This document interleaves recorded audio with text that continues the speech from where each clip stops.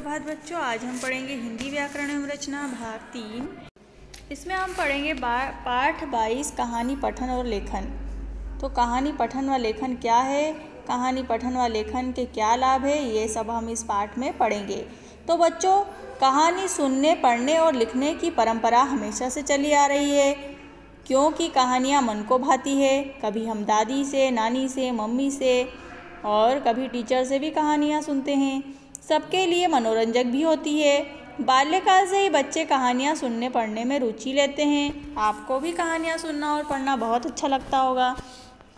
अच्छे लेखक सरल भाषा में रुचिकर कहानी लिखते हैं। रोचकता कहानी का प्राण होती है। कहानी सुनने वाले में उत्सुकता जगाए रखती है। जो अच्छी कहानी होती है उससे उत्सुकता रहती है कि आगे क्या कहानी में क्या होगा। कहानी से हमें शिक्षा और हिम्मत दोनों मिलती है। हमें कहानियों से शिक्षा मिलती है और कॉन्फिडेंस भी बढ़ता है हमारा, कहानियाँ सुनने से, उनकी शिक्षा से।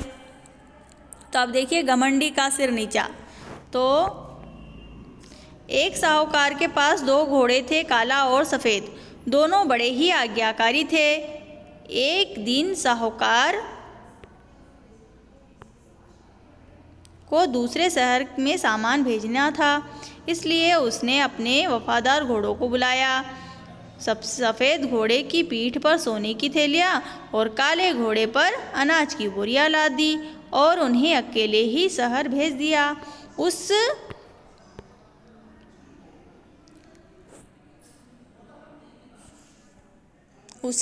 अपने घोड़ों पर विश्वास था। आप बुक निकाल लीजिएगा। घोड़ों पर विश्वास था, इसलिए वह साथ नहीं गया। रास्ते में जंगल पड़ता था। अचानक चलते चलते सफ़ेद घोड़े के मन में घमंड आ गया। वह बोला, सेठ जी मुझ पर ज़्यादा विश्वास रखते हैं, तभी तो मेरे ऊपर सोने की थैलियाँ रखी है और तुम्हारे ऊपर अनाज की। परंतु काला घोड़ा चुपचाप उसकी घमंड भरी बातें सुनता रहा। तभी अचानक जंगल में 2 चोर आ गए। उन्होंने घोड़ों पर जब सामान लदा देखा तो बहुत खुश हुए। काले घोड़े पर केवल अनाज देखकर उन्होंने उसे किनारे खड़ा कर दिया, मतलब एक साइड में खड़ा कर दिया, और सफ़ेद घोड़े पर लदा सोना लूटने लगे। सफ़ेद घोड़े को गुस्सा आया तो उसने दुलत्ती चलानी शुरू कर दी, मतलब लात मारना शुरू कर दी। इस पर चोरों ने लाठियों से उसकी खूब पिटाई की और सारा सोना लूट कर चले गए। सफ़ेद घोड़ा घायल हो चुका था। काले घोड़े ने उसकी सहायता करने के लिए उसे मुंह से खींचकर शहर तक पहुंचाया और मरहम पट्टी करवाई। अब सफ़ेद घोड़ा शर्म से सिर झुकाए खड़ा था। तो इस कहानी से हमें ये शिक्षा मिलती है कि अभिमानी का सिर हमेशा नीचा ही रहता है। जो घमंड करता है एक दिन उसका घमंड चूर हो जाता है। तो इसलिए कभी भी घमंड नहीं करना चाहिए। अगली कहानी, अच्छा व्यवहार। तो देखिए, एक राजकुमार था। वह बड़ा अत्याचारी था। उसके पिता ने उसका व्यवहार और दुर्बुद्धि को सुधारने का बहुत प्रयास किया, पर असफल रहा। चारों तरफ से निराश हो चुकने के बाद राजा ने अपने राजगुरु की शरण ली। मतलब राजाओं के गुरु होते थे, तो उन्होंने राजगुरु की शरण ली और महाराज से सारा वृत्तांत सुनकर राजगुरु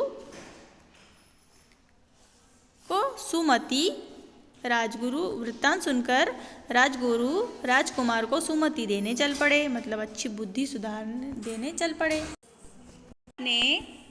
वे राजकुमार को बगीचे में ले गए।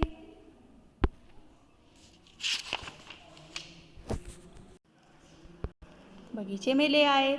वे उसे नीम के एक छोटे से पौधे के पास ले गए और बोले, राजकुमार, इस पौधे का पत्ता यानी कि जो पत्ता होता है वो चख कर बताओ तो कैसा है। राजकुमार ने पत्ता तोड़कर जो ही चखा, उसका मुंह कड़वाहट से भर गया। तुरंत उसे थूक कर उसने उस पौधे को जड़ से उखाड़ दिया। गुरुदेव ने पूछा, यह तुमने क्या किया? तो राजकुमार ने उत्तर दिया, यह पौधा अभी इतना छोटा है, फिर भी कितना कड़वा है। बढ़ने पर तो यह पूरा विष वृक्ष बन जाएगा। ऐसे जहरीले पौधे को अभी जड़ से ख़त्म कर देना ही उचित है, ऐसा कहता है राजकुमार। तो गुरुदेव ने गंभीर स्वर में कहा, राजकुमार, तुम्हारे कटु व्यवहार के कारण अगर प्रजा भी तुम्हारी प्रति ऐसी ही नीति और भावना से काम ले तो तब तुम्हारी क्या गति होगी, क्या दशा होगी तुम्हारी? कभी सोचा है तुमने?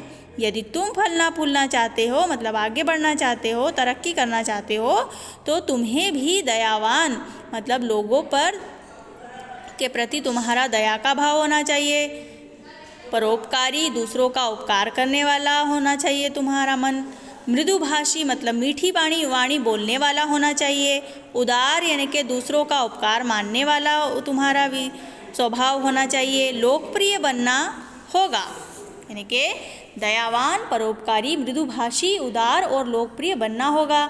उसी दिन से राजकुमार ने अत्याचार छोड़कर भलाई के सद्मार्ग को अपना लिया।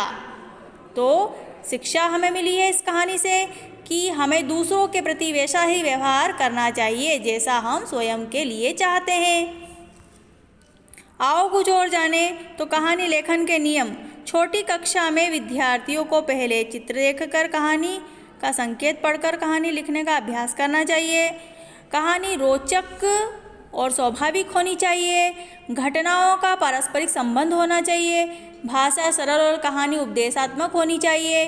अंत में कहानी को एक अच्छा शीर्षक देना चाहिए, मतलब एक नाम देना चाहिए जो कहानी से संबंधित हो, जो कहानी का मूल भाव हो। आपने सीखा कहानी हमारा मनोरंजन करने के साथ हमें शिक्षा भी देती है। कहानी का लेखन और पठन हमारी मानसिकता को उज्ज्वल बनाता है, मतलब कि हमारी जो सोच है उसका विस्तार करता है, हमें अच्छी बुद्धि प्रदान करती है, एक अच्छी शिक्षा प्रदान करती है कहानियाँ।